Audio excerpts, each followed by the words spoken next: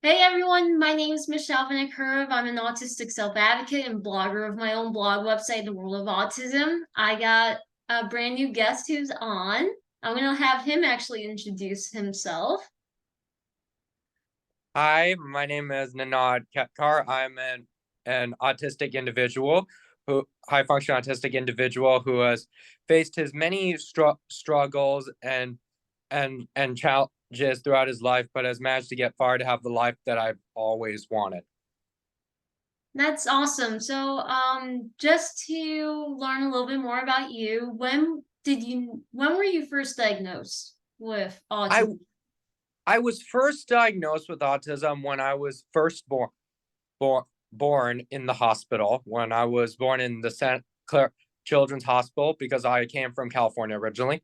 Lee, Lee, my parents found out I had autism when I was about 3, but I didn't know I was autistic until I was probably about 10. Yeah, that was pretty much I had similar experiences about that. For me, I was diagnosed at around the age of 2 in New York, and that's my parents knew that early on, but I didn't know myself really until I was in middle school. Even though I was diagnosed early, but I for me, it was we were watching a documentary about Dr. Temple Grandin. I'm not sure if you know who she is. I do not know who that is. All right. So Dr. Temple Grandin, she is a well-known autistic professor. She is known for the squeeze machine and that she's invented, and she does designing about with like cattle industries and stuff. So she's very well known, but that's how from her watching her documentary, that's how I kind of learned about being autistic myself. And we watched it with my family and everything. So I learned then. So that was Yeah, from my experiences. But you yeah. know, when I was found out I was autistic, I watched a lot of cartoons growing up, and one cartoon that helped me learn about autism was the show Arthur, which was one of my favorite childhood shows growing up that helped me learn not only about lessons in life, whether it be about what to do or not to do in certain situations, like hitting doesn't solve your problems, and it's always what's on the inside, not the outside, and about autistic individuals and the struggles that they have, and also there are some it's of polar and depression and anxieties in the show. And another show I did that helped me learn more about for the autistic spectrum individuals is Thomas the Tank Engine, which is completely appropriate for autistic individuals. I used to watch that show as a child too, and I watched it. It was completely appropriate for someone like me because in some of the lessons that the engines learn on the island of Sodor, they learn like you should have actually listened, because the like some like when they get into accidents, or like when the fat controller says you've caused confusion and delay or these trucks are too old for pulling coal, that I could kind of relate to that, be, be because like when you're racing, because with autistic individuals, when you race, like the race, it kind of reminds me, like if you're just like going round and round, you're not even alert of that stuff, and that what you don't know is that you might end up causing confusion to other people in a lot of situations, or like if you know that something was too old to pull, why did you even use it? But autistic individuals don't real notice perspectives very easily, and that's kind of what the message that Thomas the Tank Engine taught me, and Arthur kind of taught me that too too because learn like, and also like there was one episode of Top Watch where Duncan was working with Rheneas and Scarloy and Rusty on a ramp, and he was being very impatient, which kind of I could relate to that, because autistic individuals do tend to be impatient because they don't tend to be patient. I mean, used to be very impatient with myself. Maybe I could be impatient every now and then, but but I've learned to try to be more patient, even when the odds are against me. Because when I watched that episode of Thomas and Friends, because Duncan was so impatient, he ended up in a lot of trouble. He ended up getting into a muddy ditch, and the fat controller was very upset with him, showing like how parents of their son who have autism tend to get very upset when they mess up, sub, or do something really stupid, which was the case for me. And the lessons that the engines have learned is kind of the hard way that the fat controller taught was kind of the same lessons that my parents have taught me the hard way too, because part of growing up means, especially being autistic, is you have to learn the hard way, because it's the only way that, if unless you learn the hard way, you don't become a better person in life, and you don't become more disciplined. Because I've learned so much in my life for all the lessons the hard way, and like what to do in terms of, from all the lessons my parents taught me and all got at me, I realized that I've become even more better, because I think if I had friends that were acting like that the same way I did, then I would have to teach them the hard way too, in the same way my parents have taught me, and the same way my friends also teach me the hard way in order to get through to me. Because sometimes learning lessons the hard way is how you get through to you, to become more alert and more understanding of what's going on. But and autists don't tend to be very alert, but I've become a lot more alert than I've had before, and I've kind of learned to like grow up from there and relate to that. And that's how I've really learned from my struggles for my for the life for my autistic individual personality that I have, that it doesn't get in my way, because I feel like my inside is the more important matter to me. And I feel like the struggles I face, that I can probably get overwhelmed in sometimes in new places, which that's completely understandable for autistic individuals, because sometimes they've never been in a new place by themselves, and sometimes when I'm or somewhere new, when I'm all by myself, I can kind of be like overwhelmed and maybe like shudder in fear. But I've kind of known that I might be like that at first. I try not to like show it, because I don't like to make a scene, because that's not cool, because autistic individuals can, tend to make a scene and not realize, which I've done a lot. But I realize that try like to not show it when there. But once I kind of go to more of these places growing up, more of these places, that's how I've learned, or like, to not be as overwhelmed when I'm in a place that I've never been to. First time, it gets pretty overwhelming. After several trips, then I don't get as overwhelmed. And when I'm with friends, and family, then I don't really as well get overwhelmed, because I have my family to support me, so I don't feel as nervous. But Yeah, I completely get that. And it's interesting how you've made connections a lot to shows you've watched growing up, like Arthur, the Thomas the Tank. Like, I hear so many people mentioning about that. I see, for me, I've watched a little bit of Arthur. I Thomas the Tank, I didn't really watch that much, but although that is a good point that you've mentioned from there. So those were good pointers right there about from the autistic perspective. And when it comes to going to new places, yeah, I literally have to, for me, I've had to practice like the first time I would go with my family, and then after that I go on my own. So it's like it takes me, like, I do this a lot when I'm traveling to schools throughout the districts. Like, when I go to a new place, like, I always do this ahead of time, and I go with my family at first, just to go see what's around. And then after that, I'm like, when the day comes, I'm on my own. I go. and then you don't Well, feel as overwhelmed. exactly, because of being prepared ahead of time. When you prepare yourself ahead of time, you know where your destination is. Yeah, I yeah, This is how I put it. I'm like, when you prepare yourself ahead of time, you know exactly where your destination is. yeah. So, and Because life is a journey, not a destination.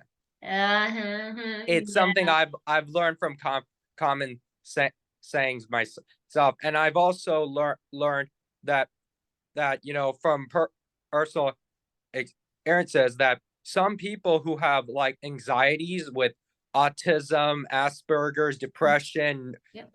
Down syndrome, Williams syndromes, among cerebral palsy, citrus fibrosis. People use like service dogs or emotional support to help re- relieve their to help them with their anxiety and their depression and their autism, because they no, because some dogs do work, which I've been considering my to consider to get a service dog to help me with my autism. When I'm in a new place by myself, it will support me like, so I don't feel as overwhelmed when I'm in a new place. Like if I'm just by myself, but like if I was with friends, then they'll be supporting me, so I don't get as overwhelmed, because that's because because because my family has always, had dogs for so long. But I've been considering more as a than a pet, more like to help emotionally support me for being autistic, and to know like sometimes when I get overwhelmed, I might be saying some ideas I don't mean, and that's kind of where I really get overwhelmed and get anxious when I say some ideas that I don't mean to say, and that's kind of embarrasses me sometimes when I'm out in public. So sometimes that's what I've been kind of thinking in these last few years since I've been on my own, living on my own for the past 2 years now. I've been kind of thinking to consider to adopt, rescue a dog, and to make it my service dog to emotionally support me for being autistic.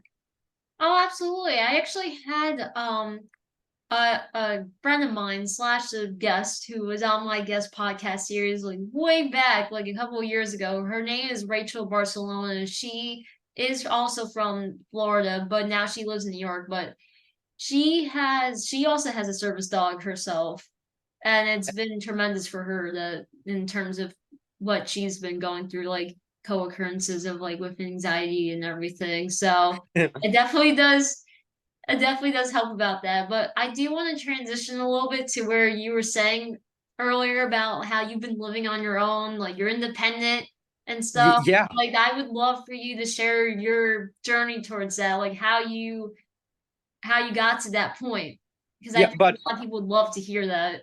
oh yeah, absolutely. And I just also want to know about your friend before we get onto that, about your friend who lives in, or like, does her like dog help her with her autism or like with her anxieties? Definitely helps her with everything. Like she takes her service dog to places. It's Well, I've because seen posts online. It's awesome. yeah, and what kind do you know like what kind of service dog is her service dog? I don't recall. I will have to get back to her about that. Oh, okay. Okay. Well, there I've just been considering like what my lifestyle is, and I've done so much research to know like what would fit for me and all the hours I work, to kind of know like what is the right fit, because I've done a Right. lot of research and I don't want to pick something that I'm not prepared for or it doesn't match my energy level. But it'll happen when it happens, when I feel like I think it's not a bad idea, because I think there's people, because I remembered one time I watched this episode of What Would You Do, like where a rep tells a man with a service dog to leave when Mhm. when he tells him that he has to be here. He helps with my anxiety because he gets overwhelmed in public spaces.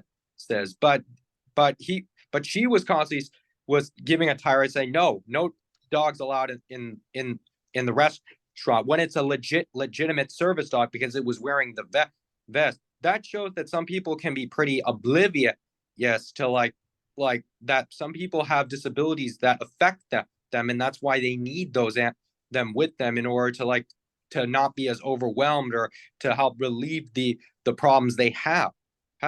But some people just don't do enough research. That's the problem. Research is a very handy tool that will save you a lot of trouble. Yeah, absolutely. And just in general, like research helps everybody. Yeah, exactly. To know like where you want to live, like what breed of dog is right for you, whatever the case. There's just a lot you can do with research, because it actually helps you prepare yourself for new situations, places you don't visit. And even doing research can actually help, like if you're going to be going somewhere with some friends or family, you won't get as overwhelmed. Sometimes, I do a little research on places that I've never been to, so I don't get as overwhelmed which does definitely help. I look at the place like where it's located, so I know, okay, I know I can just put in the GPS in my car and know exactly where to go, go, and just like, and then when I get there and see like how it is, then I don't feel as overwhelmed. Sometimes actually doing research actually can actually prevent you from being as overwhelmed in a new setting or a new place you've never been to. I mean, I kind of just learned that because just on my own. Even though I would say sometimes my parents could say that it helps, I would just say I just learned that on my own. Right. And I'm sure that's helped you get to where you're at right now in terms of living on your own and stuff. Is that correct? Yes, that is.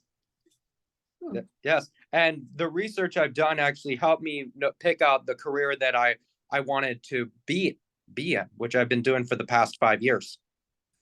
And can you tell a little bit with your career? Oh yes, I sure. So my career is I'm in the warehousing industry, which is which is a field that involves like working inside a warehouse with storage items, like whether it be like furniture, boxes of data, which I work with client data, protection data in a place called Access Records Management, which is which I started there about 3 years ago when Amazon let me go. I had prior experience in warehousing because I actually worked at Amazon for about a year and a Mm. half. So that kind of gave me some experience.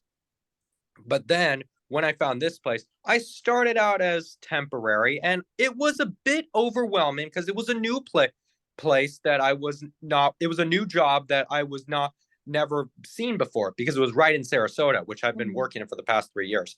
Mm. I felt a little overwhelmed when I first started because these were people that I've never met before, I've never worked with. So they decided to, test me like to see like if I can like do everything correctly and like not only just listen to what everyone tells me, but to know like if I can actually do the work correctly and put everything right on track and work Mm. extra hours when needed. The first week was a bit overwhelming for me, but then after a few weeks as I was temporary, I then didn't feel as overwhelmed. And then by that same year I started, I got permanent, and I'm a full-time permanent employee, says, which I've been welcome to this family, which I feel like it was some and now I feel very happy with myself because I found it where I get the most appreciation because being autistic, I worked many jobs prior to that, and most of those jobs would just rather insult and belittle me because I'm autistic, because they expect me to get everything right on the first time, or no, get the deadline done by the day when you didn't even tell me what I was supposed to do, and that's what confuses me, and that's kind of how at other jobs I was overwhelmed because people just were just trying to get all over my case and just insult me, and all the belittling and all the insulting and all the discrimination is kind of like made it hard for me to focus, and that's kind of made me like makes me more overwhelmed when you yell at me for being autistic because you expect me to get everything right the first time. And the problem that non-autistic people have with autistic individuals is that they not tend to like yell them, because when you yell at someone who's autistic, you make them so uncomfortable that they don't know how to do their job. Like if there's an autistic person, for example, working in a restaurant, like as a waiter, and he or she's doing like a really wonderful job but you're yelling at the person because he or she's autistic, you're gonna make that person uncomfortable, and you take someone's disability out on them like that. That is definitely very kind of like, in a way it's insulting, but it's more like discrimination against autistic people, because autistic individuals have been discriminated because they feel like not they're not normal, they can't do anything right, because that's what they think. But you just don't, they like say you don't do research on as individuals, like some, and that's where that's I've had, and that's where I've realized that I didn't want to be somewhere where I was going to constantly get discriminated, Mm. and I feel like if I keep getting discriminated, I will not have the life I want. So when I found this job and I felt everyone was very nice to me and they appreciated me for me, is because what funny enough, my supervisor youngest son is also on the autism spectrum as well. He's a very high functioning individual, and I've met him a few times. He's a really nice, nice guy, and he actually used to work at where I work. Oh, what's the Yep, name of the warehouse? Access Records Management. Oh, okay. No, I never It, heard of the name before. That's how yeah, yeah, it's not really like famous like Amazon or the post office, but yeah. I mean we have a lot of like locations here, and I've learned that it's wonderful to help like with to do the work with with physical labor, because I've always done physical labor most of my life since I've been. I mean, before I was working in warehousing, I worked in a grocery store. I worked in a plant nursery. I worked in an amphitheater venue, and I worked in the post office prior to where I currently work.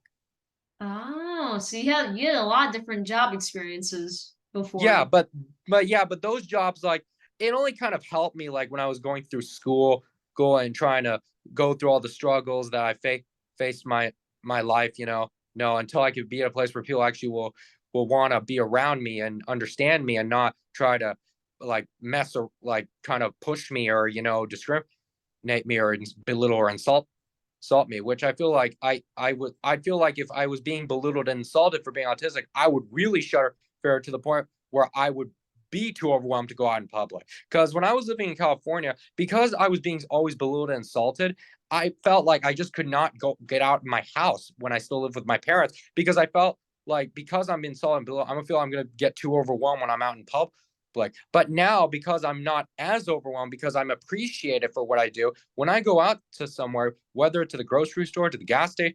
station, or just go with my family somewhere or hang out with friends, I feel like I don't feel as overwhelmed because of appreciation of me, because I feel like the more I'm appreciated for all the hard work I do, the more I feel like I can be okay out in public and I won't feel as overwhelmed. But sometimes when you're an autistic and you get so insult for your disability when you work a job, sometimes you get so overwhelmed to the point at your job because of all the belittling, insulting, that it makes it hard for you to go to get out your house, because your work makes you shudder in fear. It's like you're gonna shudder in fear out in public too. That's kind of like one idea leads to another. So like one idea is like, if you get overwhelmed at work because people are always insulting below you, then it could lead to a point where if you go out somewhere in public, like to the grocery store, you're gonna feel like you're gonna shudder in fear. Yeah, I do get that, and a lot of autistic people face that in terms of like where how professional behaviors matter a lot, and yelling does not solve anything.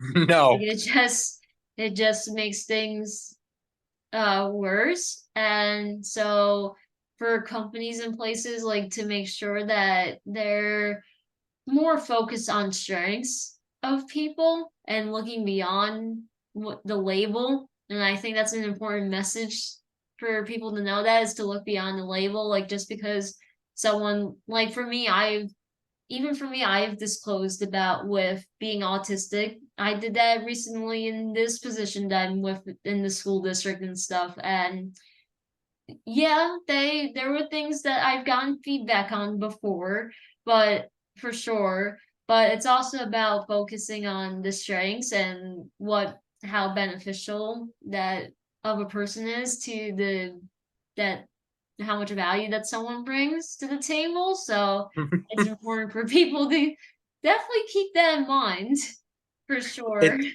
absolutely. And in part of and a lot of workplaces say there's like federal law prohibit people from discriminating anybody regardless Mhm. of race, religion, the color of the skin, disability, or sex preference, or sexual preferences. Does not matter.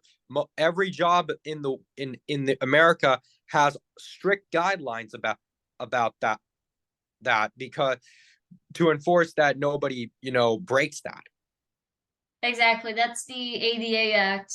That's Yeah. required in all workplaces for anybody that's for getting a job. And it's still so unfortunate the unemployment rates for the autism community is still high. So just this is something that for any workplace that needs to know is that of ways of including more autistic people in the workplace. Like it's so needed. Yeah, and I definitely think like people with who have autism who get a job, like no matter what the function is, like high function or low, even though low functioning could get so bad to the point where they can't really work because they're so low functioning, they just don't seem to understand job. But even if you're a high functioning person, that the employers and the supervisors still need to try to be patient with you and not expect you to get everything right first time, because they always say you got to get it wrong first before you get it right, because work is all about practice, and it's Yeah. like you get practice when you drive a car so you can get your license, and Mm. working a job means you need to practice every day you're there, so that way you'll know how to get it right each and every time. Exactly. Exactly. Just I think this is a good way to wrap this up by just this message of with that everything takes practice and learning. And for a lot of autistic people, like just having that time to practice and grow within like anything really, like jobs to getting a driver's license, which I know I did when I was 17, got my driver's license the first time because of a lot of practice driving. And ever since then. So, but yeah, I think that was a great way to wrap this up. And I want to actually thank you so much for coming on and sharing your experiences. I think Yeah, that it's beneficial for the community. yeah, but did you also wanted to hear like how I've been living on my own? I think you wanted to hear. Sure, yes. Yeah, so when I was living with my parents for about until I was about 28, when I started living on my own for about 2 years at my current at where I currently am. I'm actually at my residence right now. As you can see, this is my like lanai here. And living on my own kind of helped me learn to not only be more like to be to manage to be more mature, but also give me the life to I want to know what it's like to like do all the cleaning that my like clean the bathrooms, clean the and cook, which is what my parents are doing all these years when I was growing up. Because when I was growing up, my mom would be cleaning the counters, cleaning the kitchen. My dad would be cooking, and and I because I realized that if I was going to be living on my own, I would have to take on the responsibility of cleaning the bathrooms, cleaning the toilets, the sink, the counters, and it was very easy. It was not, as I learned at my parents' house when I started living on my own. That's how I learned to be able to learn how like washing the dishes, doing the laundry, and sweeping the floors. Sometimes I wipe my garage out of all those like leaves that get in my garage. I don't know, I don't know like how those leaves get in there. But I've learned that even autistic individuals can be able to live on their own if they have a little bit of an open-minded sense. Because one of my friends who's also autistic, he is currently in the army, and he is living currently stationed and living in Texas, which is very brave for an autistic to Yeah. be in the army. Yeah. Army. That is not not That's really. It's not not heard of abnormal. that much. Yeah. It's not heard of. Like there's people with disabilities serving in war. Because but but I guess I mean they should like if an autistic individual could serve the country and work like a regular job like where I do, or post office or Amazon, then I would think that an autistic or disability affected person could probably be in the army too. And there's also a lot of case and interesting enough, there's a lot of people in places that work jobs and they cannot speak a word of English. They're deaf. They can't speak a word of English, which is another type of disability that people have because sometimes people can't help if they're deaf. It's sometimes they're born with it, or there's people that can't speak English because they come from another country and they live in that country for a long time. But I work with somebody who's from Venezuela currently, and he lived there for 50 years. His family came here about like 3 4 years ago. And even his English is actually bad. I help him teach every day I'm there. I teach him English to kind of help improve his English. So I kind of help give him some words and give to help because that's like learning another language does come in handy because if you meet someone who knows that same language you could converse with somebody like that very easy, which I've learned Japanese for 2 years in high school, which a lot of autistic individuals like because we tend to be like Yeah, nerds. We I've tend to like heard. want to learn like Japanese, we want to learn Chinese, we want to learn Korean. We want to play like video games and go into science and and just like learn like computer games and just learn so much about go to like Amway because that's where all the nerds go. But I would say that people like that are definitely are people that but we are definitely kind of the and I feel like learning Japanese does help me, also kind of learn that if I meet somebody who cannot speak English and they're from Japan, it would be very easy to converse with somebody like that. Very Because true. I have a friend who's from Japan, and even though he knows English well, I try to speak Japanese with him to be able to converse and actually keep because Japanese is not an easy language, and you have to practice it. Sit with people who know. But sometimes since I've been in Florida, I love Florida because it's more nicer people and the heart and the better weather. Even though it does get sticky here, but I prefer that over dry weather and hot dry weather in California. But the only downside of living in Florida is that there's just not many people I can speak Japanese to because it's like everywhere I go, it's like it's always white people. I'm not trying to like show any discrimination or to anyone regardless of any race, but just that when I go to the chiropractor to get my back adjusted, because I realize if I don't practice my Japanese, I will end up losing that memory that I worked so hard to learn back. So I relearned it a few years ago. But because I can't find any except my friend from Japan, I've had to converse with the people at the Mandy Wellness Place. I get my back in Japanese, so I will be able to maintain my level, even though they don't understand what I'm saying because I have to tell them what I'm saying. But it's a way to learn that if you get a patient that cannot speak English and they are from Japan, you cannot be rude to them because they are humans just like you and me. And if I saw Right. witness you doing that, I would just like step in and say, why are you being rude to this person who can't speak English and he's from Japan? I mean, they're trying to fill out forms. And I know Japanese. Let me talk to this person because if I could converse with somebody like that because my level is pretty good. So that's how like I tell them like in Japanese like what they want is saying Yeah. whatever Japanese. But the only but that's how I've learned that if because you can't because some scenarios I watched on What Would You Do is like there's people speaking Spanish and there's people discriminating against those that are speaking Spanish and and people who are deaf which is they're being rude to them and that shows that part of being autistic means that you have to not only think of yourself because autistic so another something I learned about autism is that autistic individuals do tend to be kind of selfish. Sometimes they only think about themselves and they don't think about other people. Well, But I that's a little contrary there. I'm it's gonna fine. But put that. I mean it's not like not always. I'm not saying like all of them are like that, but it's something I've observed among all people autistic individuals of all And different this is where functioning. I do want to wrap this up with this important message because also with the time running out that autism is a spectrum full of abilities and different challenges. And any person you meet that's autistic is going to say something different because of everybody's own experiences and development. So I Yeah, just had to point that out. And I again want to thank you so much for coming on to share your story. yeah, exactly. Yeah, absolutely.